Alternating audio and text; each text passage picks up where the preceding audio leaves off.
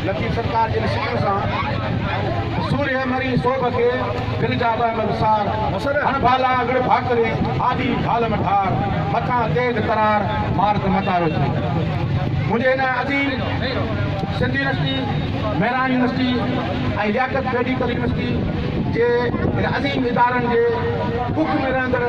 मुझे जामशोरे जा सियासी समाजी दोस्तों अस्सलाम वालेकुम। अॼोको ही एहतजाज जो SUP पार्टी के कारकुनन सागर मुंडी आसिफ भलाई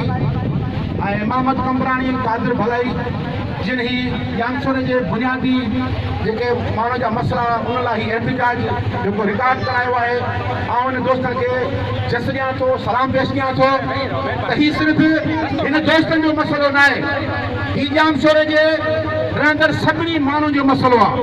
उन लाइ जेसी ताईं सभी जामशोरे जा माण्हू एक आवाज़ बनबा तो मुझे ख्याल में ही मसला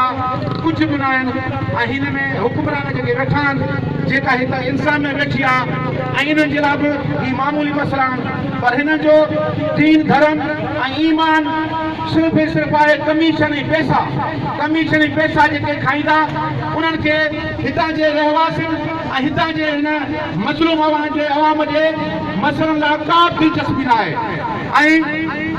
हिते इहा तारीख़ रही आहे त जेसीं ताईं मज़लूम माण्हू पंहिंजे बुनियादी हक़नि लाइ पंहिंजो आवाज़ न उथारींदो तेसीं ताईं ही करप्ट कामोरा भोतार ऐं उन मसइलनि खे कॾहिं बि हल न कंदा आहिनि। बहरहाल असां सिंध यूनिवर्सिटी जा पोरत